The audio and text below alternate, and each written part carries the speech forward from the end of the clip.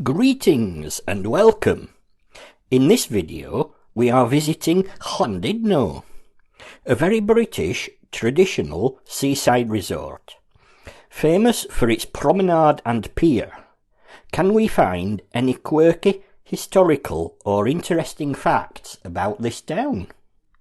Join me as we take a walk and discover the best secrets of Llandudno.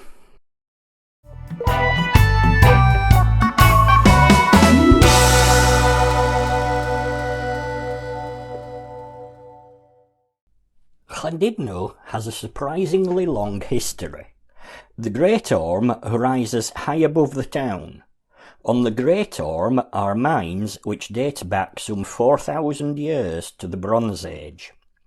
A burial site dating back some 10,000 years was discovered on the Great Orme, and in 1880 a skeleton was found on the Little Orme, which has been dated as a 5,500-year-old Neolithic skeleton. Llandudno is named after the 6th century Welsh saint Tydno. The name Llandudno means Church of Tydno. He built a church on the Great Orme. Nothing remains today, but this 12th century church stands on the same site and is dedicated to St Tydno. In 1284, King Edward I gave the manor of Gogarth to the Bishop of Bangor. Here, at the foot of the Great Orme, the bishops of Bangor established a palace. In those days, Gogarth was separate from the mainland by an area of swampy salt marsh. In the 1500s, the powerful and wealthy Mostyn family inherited the Glothaith estate and ownership of much of the land which now forms Llandudno. Growth of Llandudno was very slow. Even by 1847, the population was only around 1,000, mostly employed in the copper mines or fishing. During the 1840s, a further 832 acres of land was added to the Mostyn family's ownership. Around the same time, Owen Williams, an architect from Liverpool, visited what was then a small village clinging to the foot of the hillside around the St George's Church, which had been built in 1840. Williams proposed that the mostly marshland could be transformed into a fashionable seaside resort. This appealed to the Mostyn family, who promptly gave instructions to proceed with the work of bringing Llandudno into existence. Development and creation of the town began at pace, resulting in the Victorian seaside resort we see today. Many of the street names in Llandudno survive as permanent reminders of the influence the Mostyn family had over the development and growth of the town, many of the street names being derived from historic family members. In folklore, Llandudno is protected by a sea serpent and an elephant. You may know them better as the Great Orme and the Little Orme. The Great Orme. It does take quite some imagination to see the serpent. However, the word Orme could have its roots in the Vikings, for who, one meaning of Orme was sea serpent. I think that the Great Orme more closely resembles the outline of an alligator. Little Orme. This is often described as resembling an elephant drinking water. I was fortunate enough to be here on a sunny day at just the right time when the sun catches to form the elephant's eye. The wide, curving promenade at Llandudno extends for almost 2 miles or about 3 kilometres. It overlooks Llandudno Bay, which on a sunny day makes it a perfect place to enjoy the sun. But don't rush to bring a deck chair in the hope of sitting on the beach. The only sand you'll find is this small pocket close to the pier. The rest of the beach is laid to coarse pebbles, which make even walking along it difficult. Of course, it wasn't always this way. If you're old enough to remember and have memories of building sandcastles here, then you're correct. The pebbles were added by the local council as a form of defence from the sea to prevent flooding of the town. But don't worry. Did you know that Llandudno has not one, but two beaches? The Llandudno West Shore beach is often much quieter. And of course there's enough sand to make a sandcastle with, and even to set up a deck chair or two. The views from the west shore are much more rugged with mountains in the distance. Looking to the left is towards the River Conwy estuary. When the weather isn't too good, the sky here can be very, very moody. Although it's often quieter here, there's often an ice cream van, and sometimes there's even a paddling pool. Oh, and there's this, the White Rabbit statue, which leads us on nicely to Alice in Wonderland, a timelessly popular children's novel written by Lewis Carroll. I'll let you read the plaque, pause if you'd like. It tells the whole story behind this statue. What we know for certain is that Alice in the Lewis Carroll books is inspired by a real person called Alice Pleasance Liddell. In 1861, she spent the first of many family holidays in Llandudno, usually staying at Penmorfa, which once stood on this vacant building plot at the west shore. And Llandudno has capitalised on this by establishing an Alice Town Trail. Enjoy clips of the trail as I share some of the curious stories with you. There is some doubt whether Lewis Carroll actually visited Llandudno. His real name was Charles Dodgson. We do know, however, that Dodgson was close friends with the Liddell family.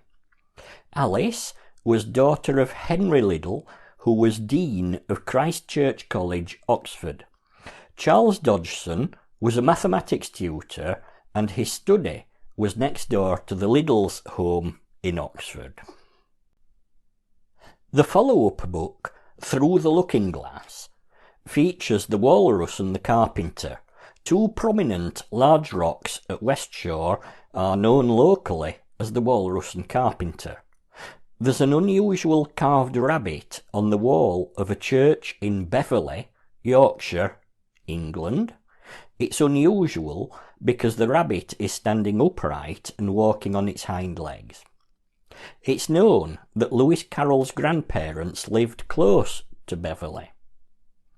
It's said that, like the rabbit, Alice's father was often late. Alice Liddell married and gave birth to 3 sons. One she named Carroll, but always denied any connection with Lewis Carroll. The city of Oxford celebrates Alice's Day on the 4th of July each year. The city centre celebrates everything Alice with a Red Queen trail, a Mad Tea party, a giant Alice, talking flowers, and of course, a white rabbit. Oxford has its own take on the Alice story. Oxford claims that Alice was on a rowing boat along with family and Lewis Carroll in 1862. She asked Lewis Carroll to entertain her and her sisters with a story. Afterwards, Alice asked him to write down the fantastical stories that he'd woven. He promised, but took a while to get around to it. Eventually, he presented her with a manuscript entitled Alice's Adventures Underground. He later rewrote the manuscript to see and experiment whether it could be published, which indeed it was. In later years, Alice Liddell was widowed and struggled financially. She had her copy of the original manuscript auctioned by Sotheby's. It sold for the equivalent of around £1 million in today's money. In Lewis Carroll's follow-up novel, Through the Looking Glass, there is a poem with no name, but it is usually known by its first line, a boat beneath a sunny sky.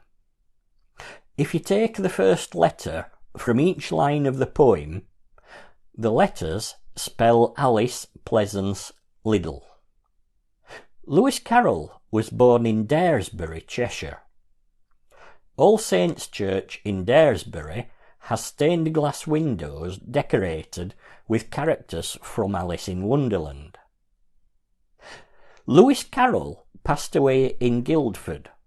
Perhaps not wishing to be outdone by Llandudno and Oxford, there is also an Alice trail in Guildford.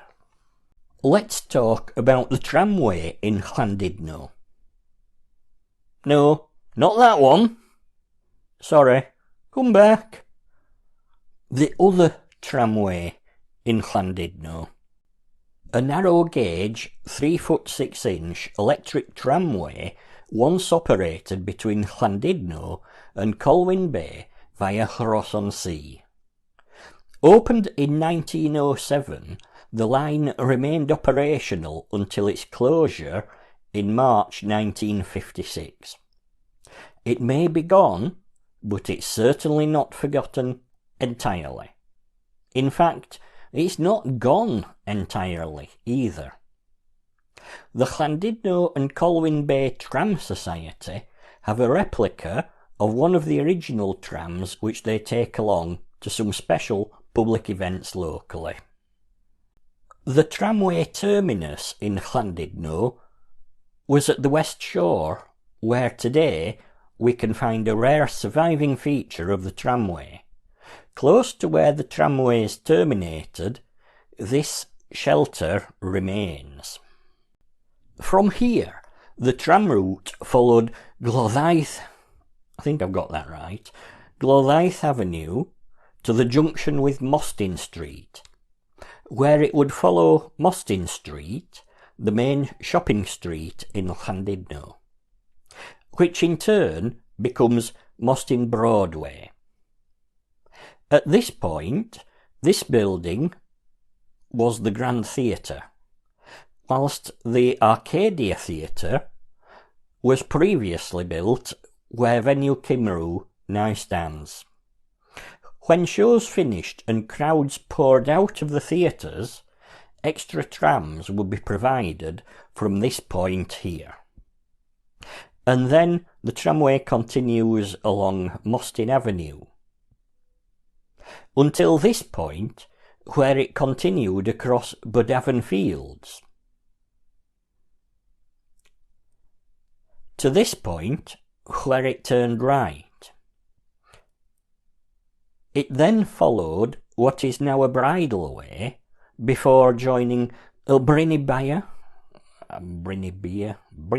Road, where it went on to pass the iconic Llandudno Welcomes You sign, which is where we find another remnant of the original tramway.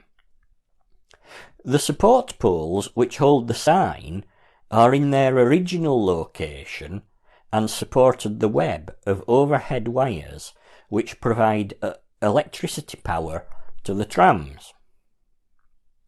The tramway then descended down the alarmingly steep Penryn Hill, where the tramway ran on what is now the downside of the short dual carriageway, and then on towards Ross-on-Sea.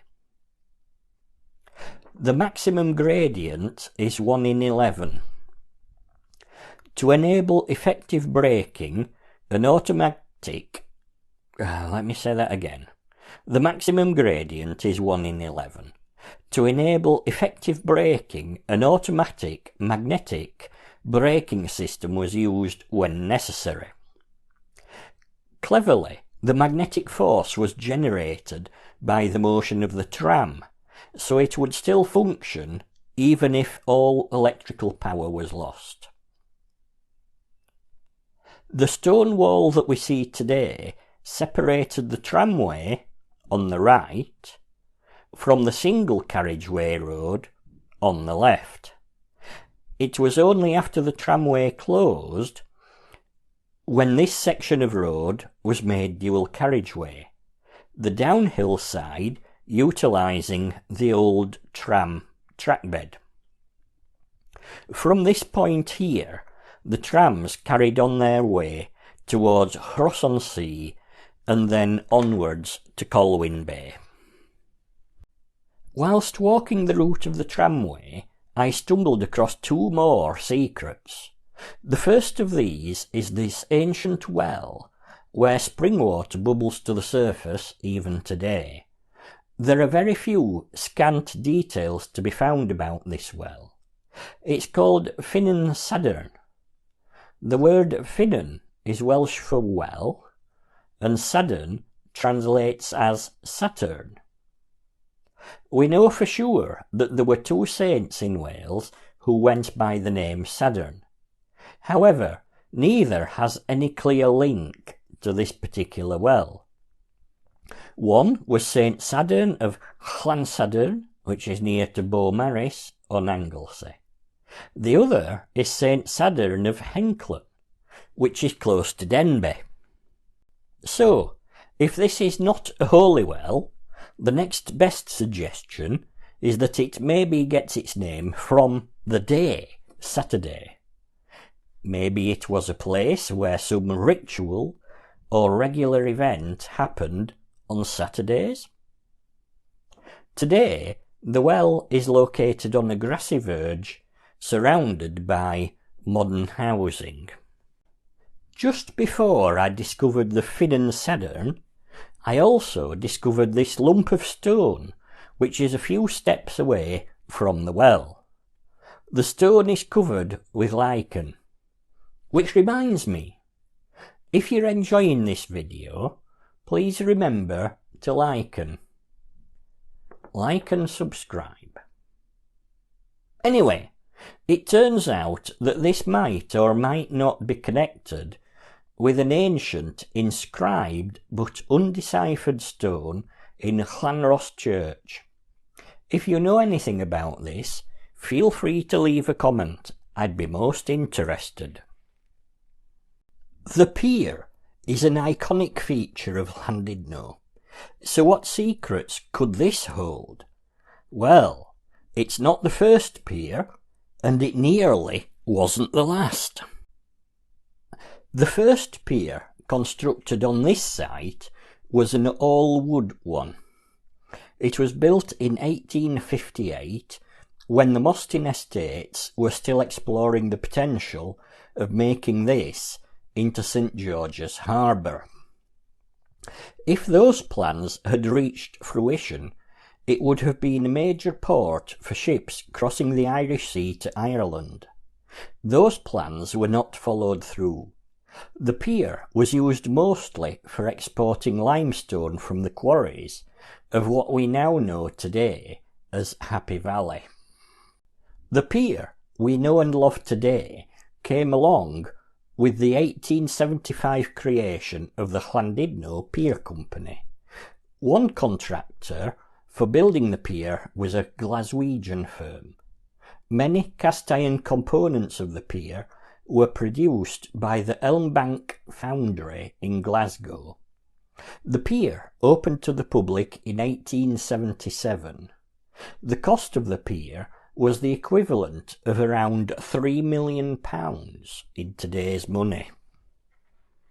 Today, the pier is around 2,300 feet or 700 metres in length. At the far end of the pier is a separate fishing platform. The pier also has a landing stage. Steamships brought thousands of visitors to and from Llandudno. The steamships took day trippers for cruises along the North Wales coast towards Anglesey and even sometimes to Douglas on the Isle of Man. Sadly, the growing popularity of railways and then road transport were responsible for the demise of the steamship services. Occasional pleasure cruises did continue on an irregular basis.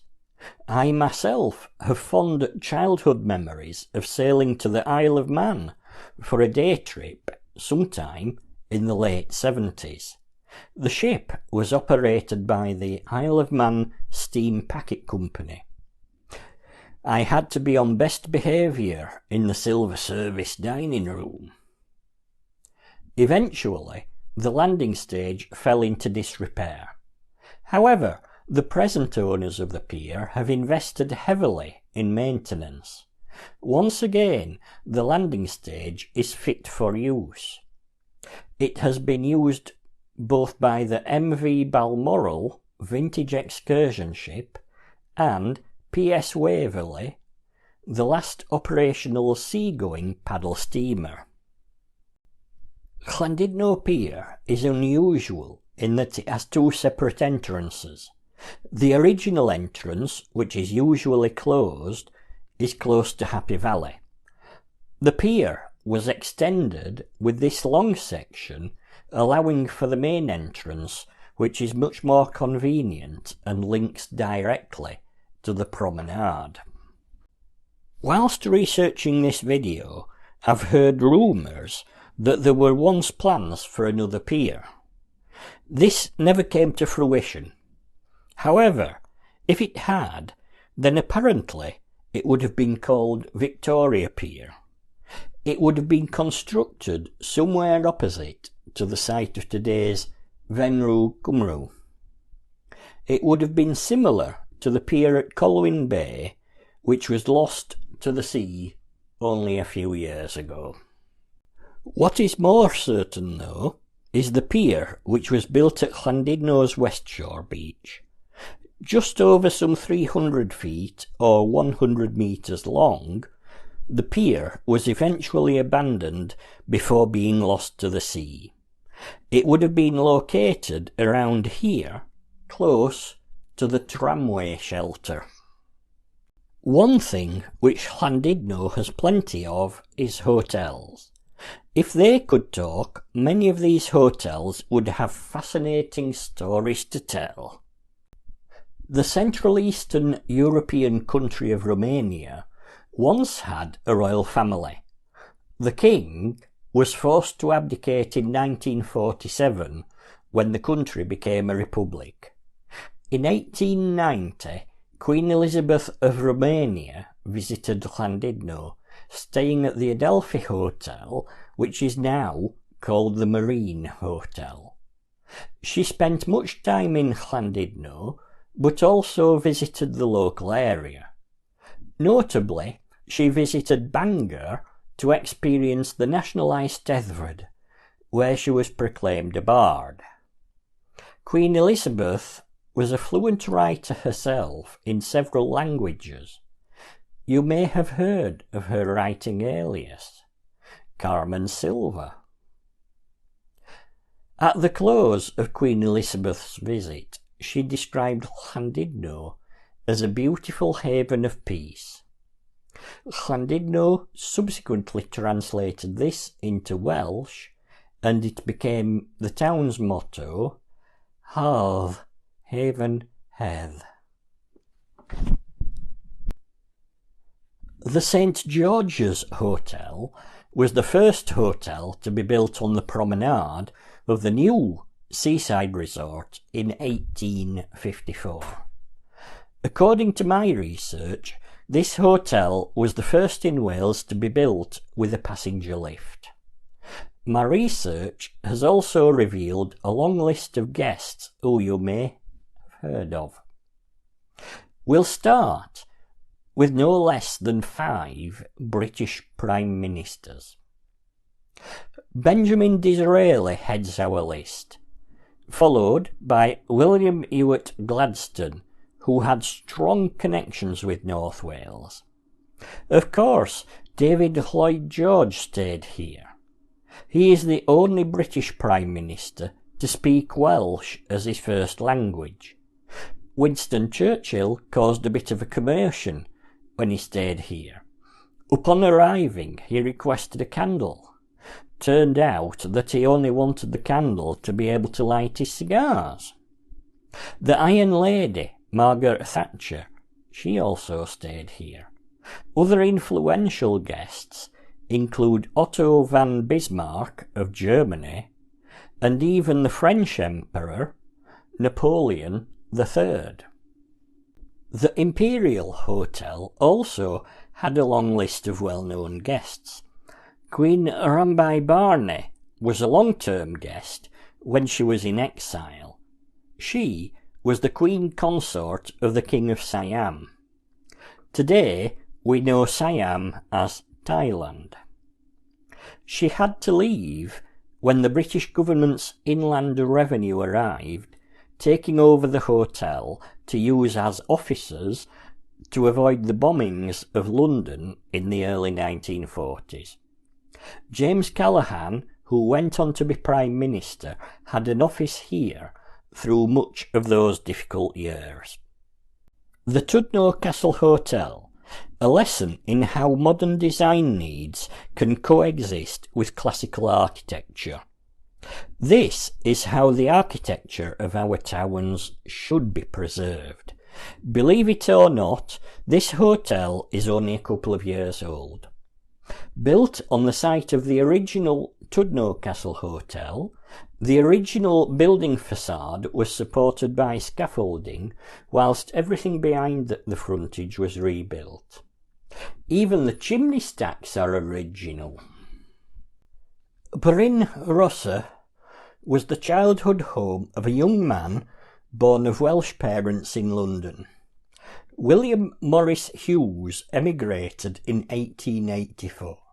He moved to Australia, where he became involved in politics, and he went on to become Prime Minister of Australia. Howelvra Gardens were once typically splendid Victorian gardens with specimen plants. A wonderful place for an evening's stroll. The Howelvra Gardens are today in the care of Conwy County Borough Council. However, they were originally conceived by Henry Davis Beauchamp. He made his fortune as an industrial chemist. As well as Howelvra Gardens, he was also responsible for the Boddenant Gardens in the Conwy Valley. A local investor, he invested heavily in the development of another North Wales seaside town, Prestatyn. Conveniently, I have a video all about Prestatyn. Before I close this video, I must find time to mention one of the oldest tourist attractions in Llandudno. It's here, in this scene. It's not the vintage coach. That dates from 1964. It's certainly not the pier, which opened several years later than this particular tourist attraction. If you're eagle-eyed, you might suggest the camera obscura, although that has been rebuilt several times and in more recent years. Professor Codman first entertained visitors to Llandudno with his Punch and Judy show in 1860. By 1864, Lord Mostyn, who owned much of Llandudno, had approved for the show to perform on the promenade. The wooden-headed follies were originally hand-carved from driftwood in 1860 after the professor's horse died. The name Professor Codman appears to be a hereditary title. The show is in the care of the fifth-generation descendant of the original professor. This traditional Victorian show is quite possibly the oldest Punch and Judy show in Britain. It's funded by nothing more than audience donations. So, if you're in Llandudno, do check out this show and do please give generously. It's a slice of history which the world really needs to keep alive. That's the way to do it! I hope that you've enjoyed this little insight to the history and development of Llandudno. I'm neither a professional historian nor a professional videographer. I simply enjoy discovering the world around me and sharing those discoveries.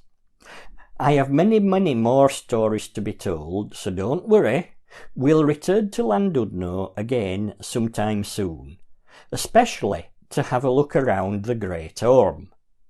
That may be all for today, but I do hope we will meet again in a future video. Meanwhile, thanks for watching and have a grand tour!